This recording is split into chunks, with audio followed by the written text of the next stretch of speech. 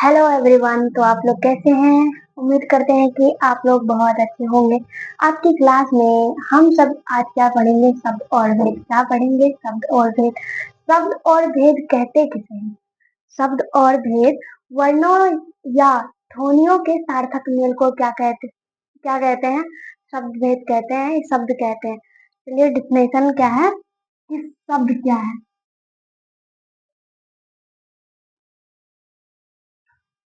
शब्द का डिफिनेशन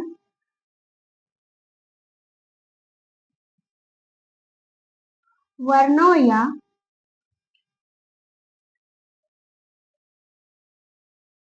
ध्वनियों के सार्थक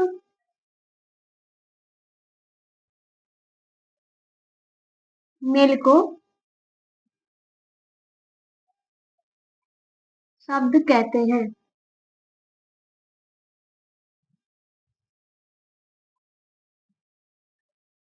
शब्द किसे कहेंगे?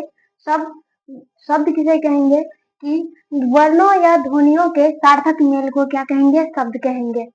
शब्द कहेंगे। और दूसरे दूसरे डिफिनेशन में इसको क्या लिख सकते हैं? इसको क्या लिख सकते हैं? एक या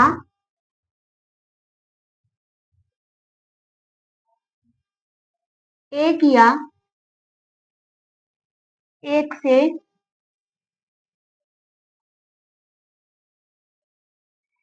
एक या एक से अधिक अक्षरों से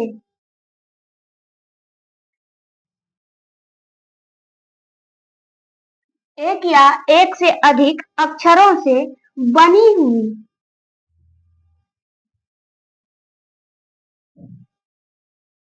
बनी हुई सार्थक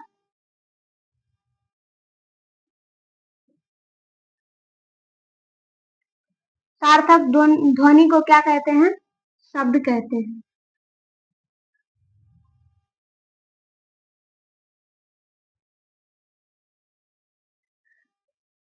अगर पहला सिंपल सा डिफिनेशन देखें तो क्या कहेंगे? कहेंगे कि वर्णों या ध्वनि के सार्थक मेल से बने वर्ण को क्या कहेंगे? शब्द शब्द कहेंगे। और दूसरा डिफिनेशन में होगा एक या एक से अधिक अक्षरों से बनी हुई सार्थक ध्वनि को क्या कहेंगे? शब्द कहेंगे। अब शब्द को कितने भागों से, कितने तरीकों से बांट सकते हैं, देखेंगे। शब्द को जो है शब्द को शब्द का वर्गीकरण जो है चार आधारों पर किया जाता है। शब्द का जो है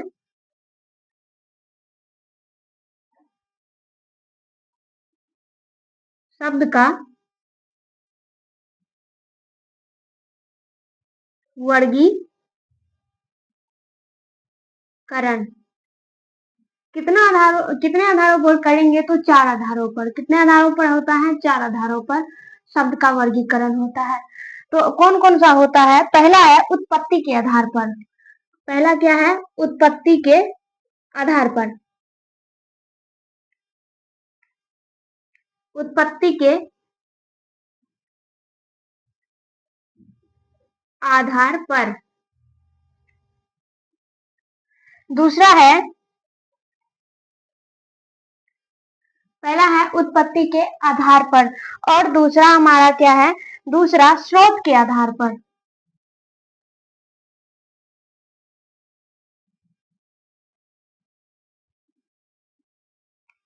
स्रोत के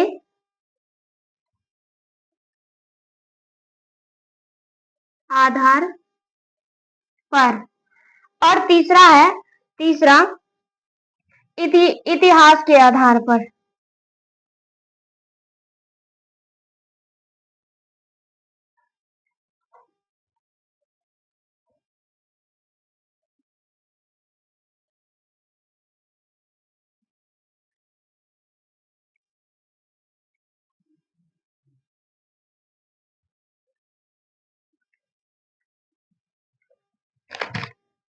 और चौथा है हमारा अर्थ के आधार पर।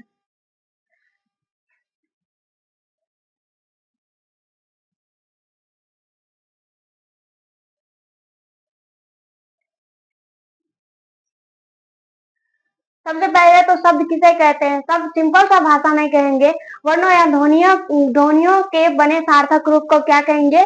शब्द कहेंगे। और शब्द का जो वर्गीकरण है इनको 4 आधारों पर किया जाता है। पहला उत्पत्ति के आधार पर, दूसरा अर्थ के आधार पर, तीसरा स्रोत के आधार पर और चौथा इतिहास के आधार पर। तो हम लोग क्या करेंगे, पहला पढ़ेंगे कि उत्पत्ति के आधार पर जो है शब्द कितने प्रकार के होते हैं। इनमें उत्पत्ति के आधार पर पढ़ेंगे शब्द कितने प्रकार के होते हैं, स्रोत के आधार पर पढ़ेंगे कि शब्द कितने प्रकार होते हैं, और इतिहास के आधार पर शब्द कितने प्रकार होते हैं, और मेरा है क्या आपका अर्थ के आधार पर कितने प्रकार शब्द होते हैं। तो आइए क्या पढ़ेंगे, अभी उत्पत्ति के आधार पर पढ़ेंगे।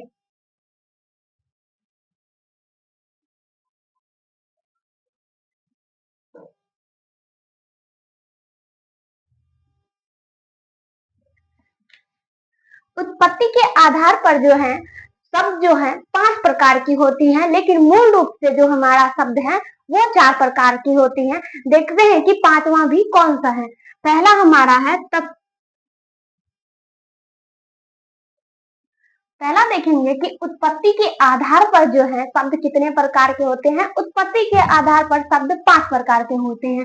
पहला होता है तत्सम। पहला तत्सम, दूसरा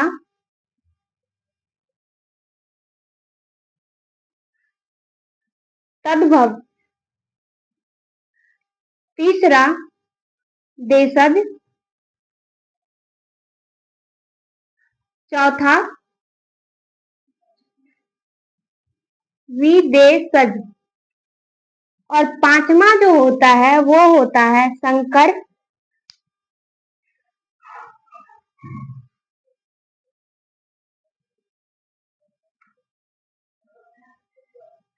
संकर देशी। उत्पत्ति के आधार पर शब्द जो है 5 प्रकार की होती है, तत्सम, तद्भव, देशज, विदेशज और संकर देशी। लेकिन शब्द जो है उत्पत्ति के आधार पर मूलतः रूप से 4 प्रकार के होते हैं। कौन कौन से, पहला तत्सम, दूसरा तद्भव, तीसरा देशज, चौथा विदेशज। अब जो है पढ़ेंगे कि तत्सम क्या होता है, कि तत्सम क्या होता है।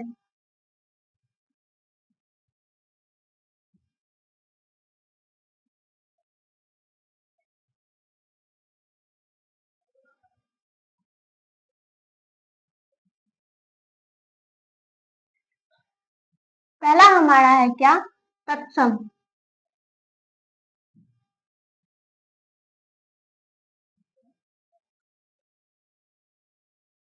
तत्सम का मतलब ये होगा ज्यों का त्यों, जो चीज जैसा है उसका वैसा ही रूप।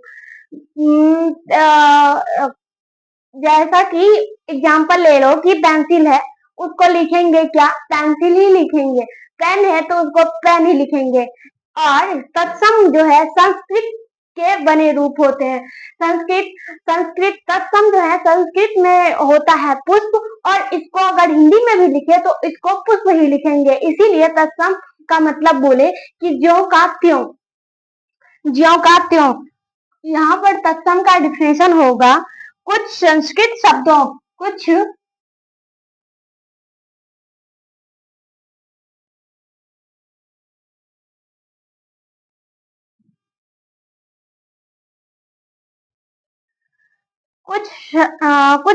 संस्कृत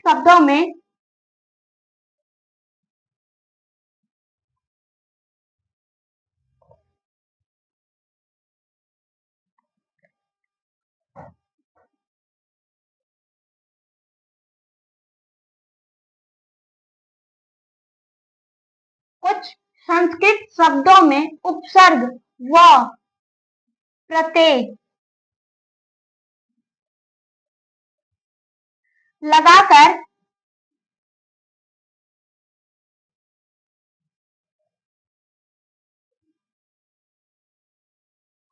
बना लिया जाता है, उन्हें क्या कहते हैं, तत्सम कहते हैं।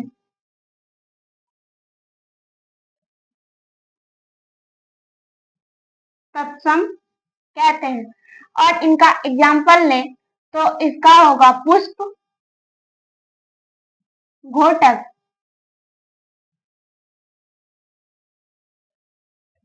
पुष्प, घोटक, पुस्तक,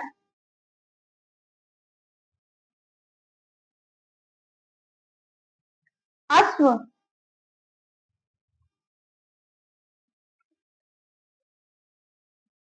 आदि। पुष्प, इसका हिंदी हिंदी पुष्प संस्कृत एक भाषा है, एक संस्कृत शब्द है, और पुष्प का हिंदी क्या होता है? फूल होता है। लेकिन सत्संग में जो है, अगर पुष्प लिखेंगे और इसका हिंदी भी लिखेंगे तो पुष्प ही लिखेंगे।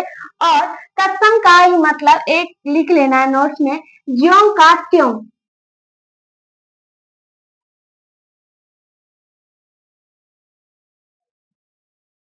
ज्यों का त्यों, जैसा का वैसा। अब दूसरा है, दूसरा क्या है हमारा? तद्भव है।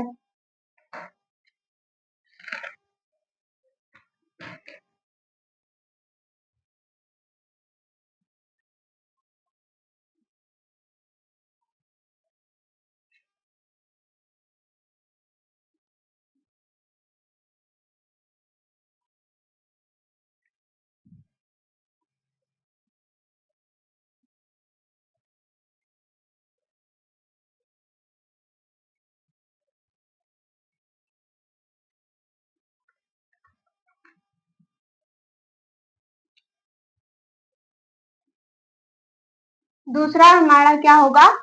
तद्भव होगा। और तद्भव किनके प्रकार हैं? किनके आधार पर तद्भव, ये जो है तद्भव भाग शब्द का, ये किनके आधार पर है? उत्पत्ति के आधार पर। और उत्पत्ति के आधार पर शब्द को 5 भागों में बांटा जाता है, लेकिन मूल रूप से कितने होते हैं? 4 होते हैं। तो अब दूसरा क्या है? तद्भव है।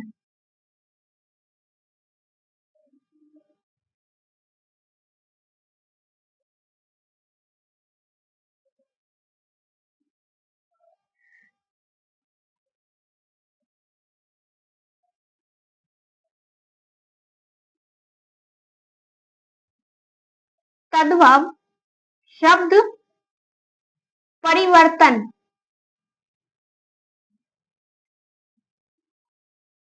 वर्तन के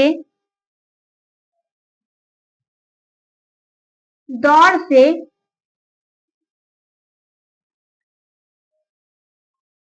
गुजरकर आज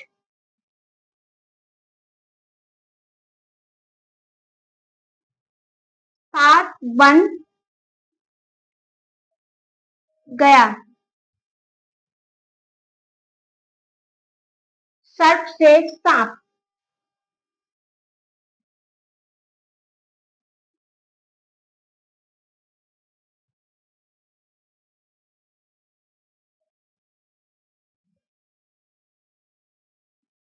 अर्थ है,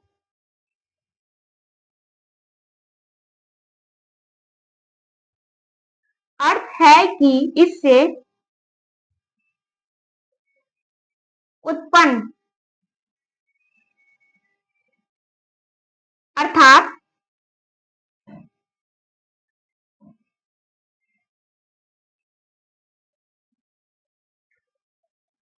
संस्कृत से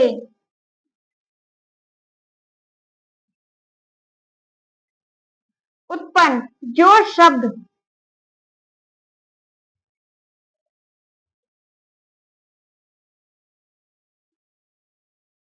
संस्कृत से परिवर्तित होकर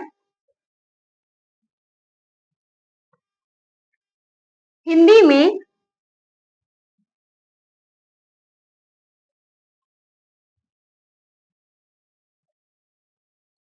में प्रचलन है, वे क्या कहलाते हैं?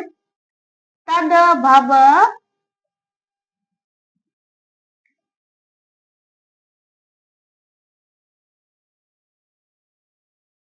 तद्भव शब्द कहलाते हैं। अर्थात तत्सम शब्द जो संस्कृत का बना होता है, उस संस्कृत शब्द को हिंदी में परिवर्तित किया जाता है, वही क्या होता है? तद्भव होता है। संस्कृत का रूप जो है हिंदी में परिवर्तित, सर्प से सांप, यहाँ पर लिखा गया है सर्प से सांप। सर्प, सर्प शब्द जो है वो संस्कृत में है और सांप जो है हिंदी में है। सर्प शब्द जो है वो तत्सम हो गए और सांप जो है वो तद्भव हो गई। संस्कृत रूप से परिवर्तित हिंदी रूप में जो प्रचलन होता है वो क्या कहलाता है? तद्भव कहलाता है। इसका एक दो एग्जाम्पल भी ले लेते हैं। कुब्ज,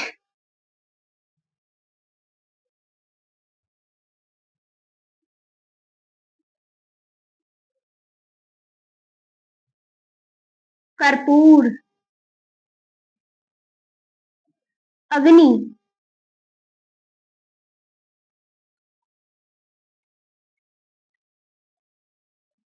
कुब्ज। कुब्ज संस्कृत शब्द है और हिंदी में इसका क्या होगा? कुबड़ा हो जाएगा। क्या होगा? कुबड़ा होगा।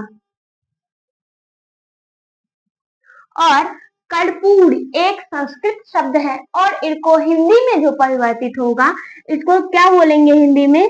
कपूर।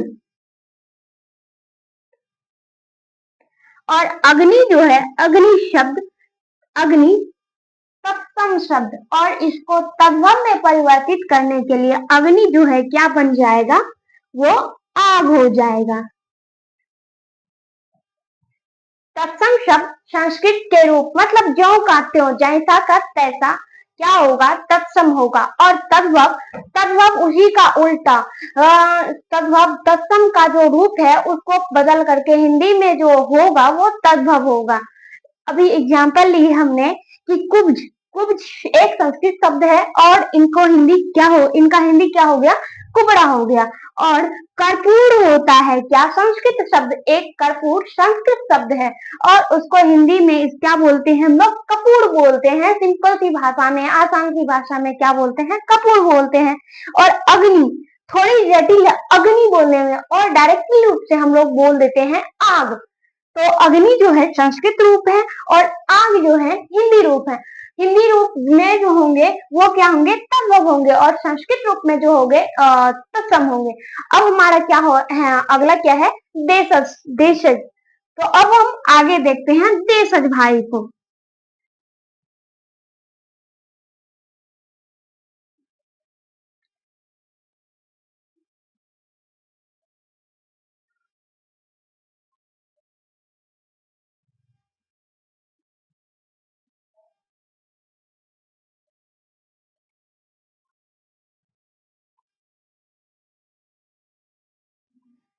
तीसरा है देशज।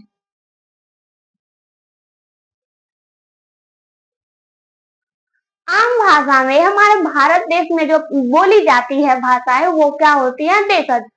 ये संस्कृत का कोई रूप नहीं है, ना ही इसको तत्सम से लेना है, ना ही तद्भव से लेना है। जो प्रचलन हम लोग आसान सी भाषा में एक दूसरे के साथ जो अपने देश भारत देश में बोलते हैं वो देशज कहलाते हैं। और बाहर से जैसे फारसी भाषा भाषा हो गई, फारसी, बंगाली भाषा, अंग्रेजी भाषा, ये सब भी देशज भाषा है। तो देखते हैं देशज का डिफिनेशन क्या होता है। जिनका स्रोत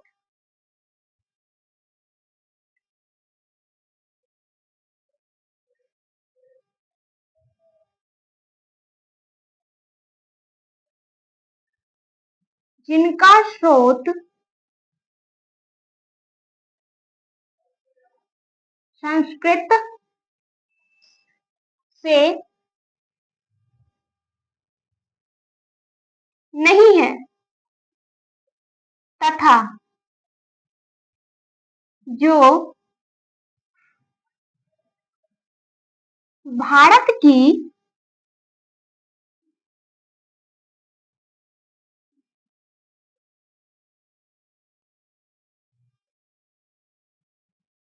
भारत की जनजाति या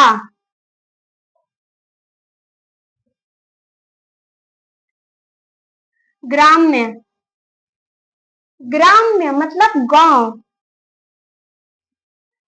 ग्राम्य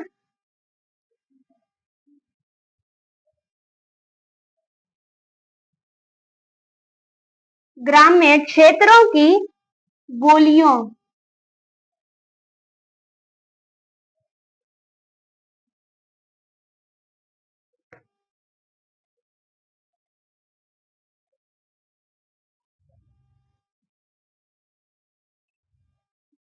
भाषा परिवारों से हो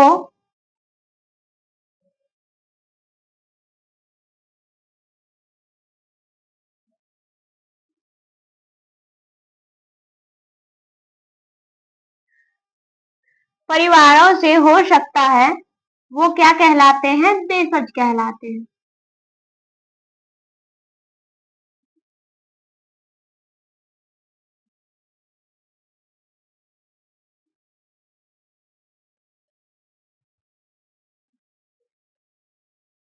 इसका एग्जाम्पल है झाड़ू, लोटा, डोरी, पगड़ी, चीनी, खिड़की,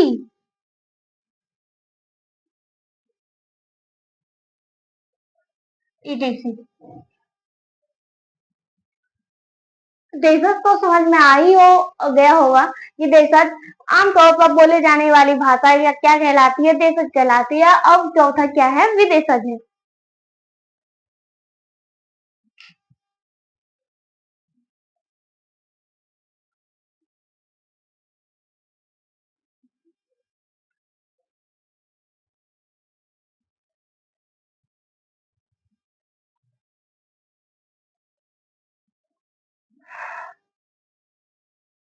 विदेशज विदेशों से लिया गया अंग्रेजी, अरबी, फारसी, बंगाली, पुर्तगाली ईटीसी भाषाएं जो हैं, जो शब्द हिंदी में सुविधा आवश्यकता अनुसार स्थान पाए गए हो, वो क्या कहलाते हैं? विदेशज कहलाते हैं। इसका डिफिनेशन क्या है?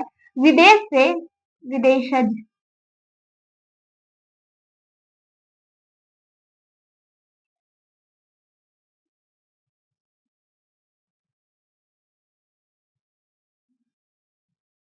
विदेश से लिया गया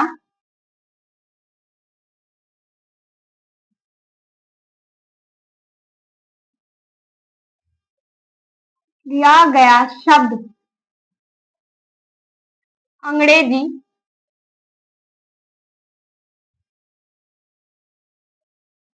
अरबी, फारसी, बंगाली,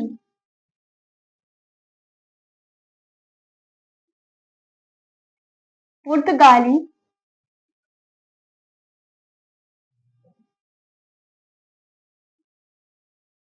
इत्यादि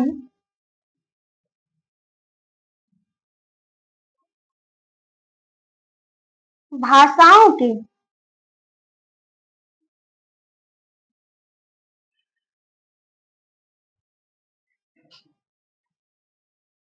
जो शब्द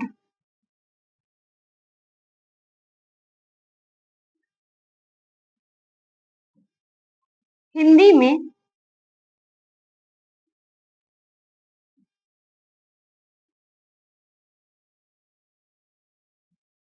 सुविधा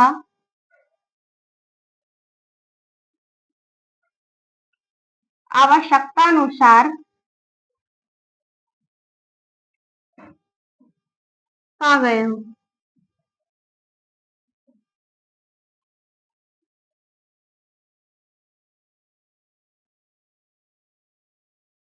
वो विदेशज कहलाते हैं। विदेशज विदेश से लिया गया शब्द अंग्रेजी, फारसी, अरबी, बंगाली, पुर्तगाली आदि प्रकार के भाषाएं जो हिंदी शब्द में सुविधा आवश्यकता अनुसार पाए गए हो, जिस सुविधाजनक उसको बोल सकते हैं हिंदी में।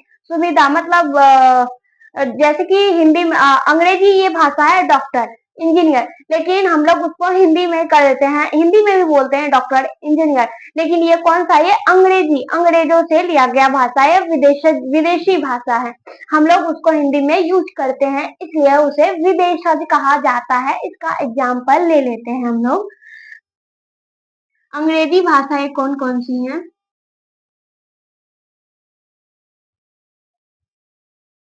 डॉक्टर, नर्स,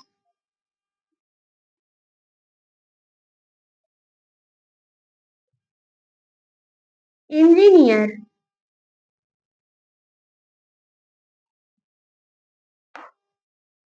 ऑफिसर,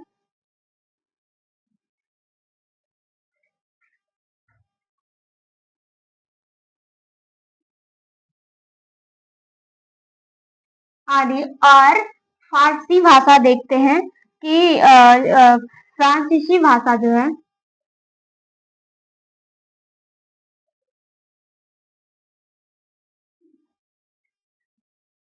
फ्रांसीसी होता है कारतूस।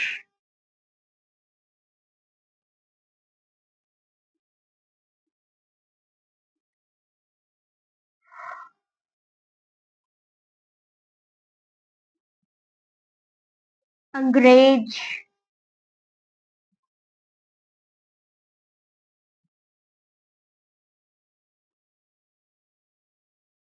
कूपन। और देख लेते हैं जापानी भाषा,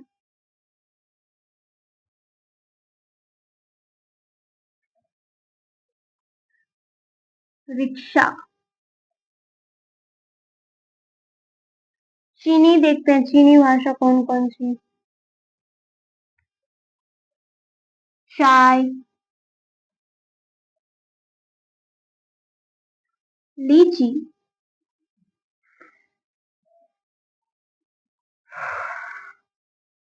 अब पुर्तगाली भी देख लेते हैं, पुर्तगाली का भी एक दो उदाहरण। अलमारी,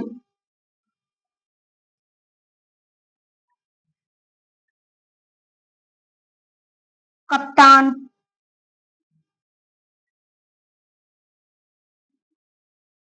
गोदान। ये सभी भाषाएं जो हैं, ये विदेशों से लिया गया, ये जो है शब्द विदेशों से लिया गया शब्द है। हम लोग भारत में ऐसा नहीं है कि हम लोग अपना ही हिंदी भाषा यूज करते हैं, नहीं। हम लोग विदेशों से बहुत सारे ऐसे वर्ड हैं, बहुत सारे ऐसे अक्षर शब्द हैं, सॉरी शब्द हैं जो लिए हैं और हम लोग उनका यूज करते हैं। तो विदेशज हमारा हो गया होगा। आई होप कि आप लोगों को समझ में आया होगा इतना। अब हमारा लास्टली बचा है क्या, संकट देशी भाषा, पांचवा बचा है। उनको देख लेते हैं कि भाई ये संकर देशी है क्या। मूल रूप से शब्द उत्पत्ति के आधार पर हमारे कितने होते हैं, चार होते हैं। लेकिन उत्पत्ति के आधार पर जो है शब्द को पांच भागों में बांटा गया है। वो कौन कौन सा है? वो है तत्सम, तत्सम, तद्भव, देशज, विदेशज और संकर देशी, जो कि लास्ट में बचा है हमारा। तो उसको भी देख लेते हैं आखिर संकर देशी है क्या।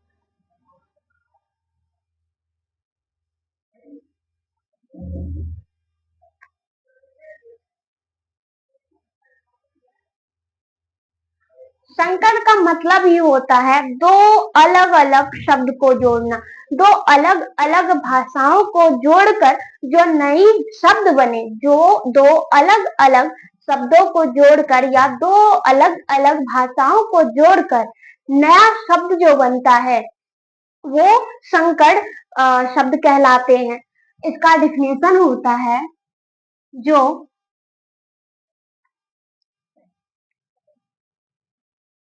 दो अलग अलग भाषाओं को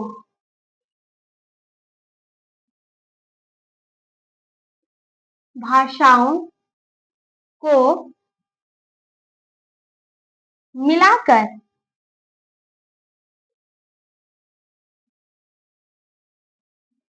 जो दो अलग अलग भाषाओं को मिलाकर नया शब्द बनता है।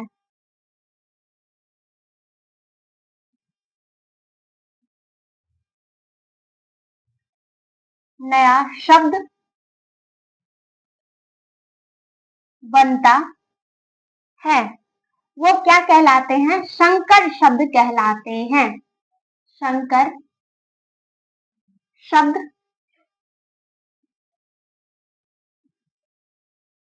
कहलाते हैं। देखते हैं ये कौन सी बला है, कौन दो दो अलग भाषाएं जो तीसरे शब्द का निर्माण करते हैं। इसका जो है एग्जाम्पल देखते हैं, एक दो एग्जाम्पल देख लेते हैं। इसका टिकट घर, टिकट घर, ये टिकट घर जो है ये दो दो जो है दो शब्दों से, दो भाषाओं से मिलकर बना है। कौन कौन सा? एक इसका मिक्सचर है हिंदी प्लस अंग्रेजी का।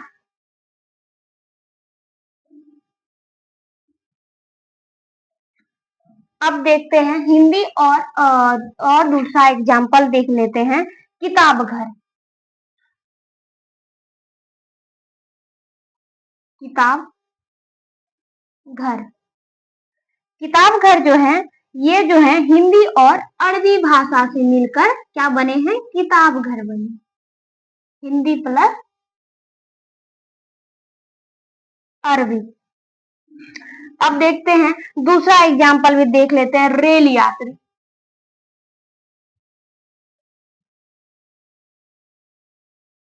रेल यात्री जो है ये भी दो दो भाषा से मिलकर बनी है। कौन कौन सा? एक संस्कृत और दूसरा अंग्रेजी भाषा से।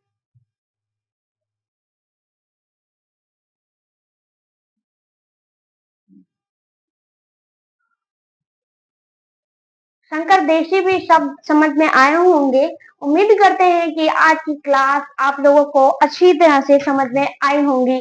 अब अगले जो हैं इनके शब्द के अगले वर्गीकरण के आधार पर जो इनको 4 भागों में बांटे थे, उनको आज हमने पहला क्या कंप्लीट कर लिया, उत्पत्ति के आधार पर। और हमारा 3 बचा है, वो अगली क्लास में करेंगे। मिलते हैं अगली क्लास में। धन्यवाद।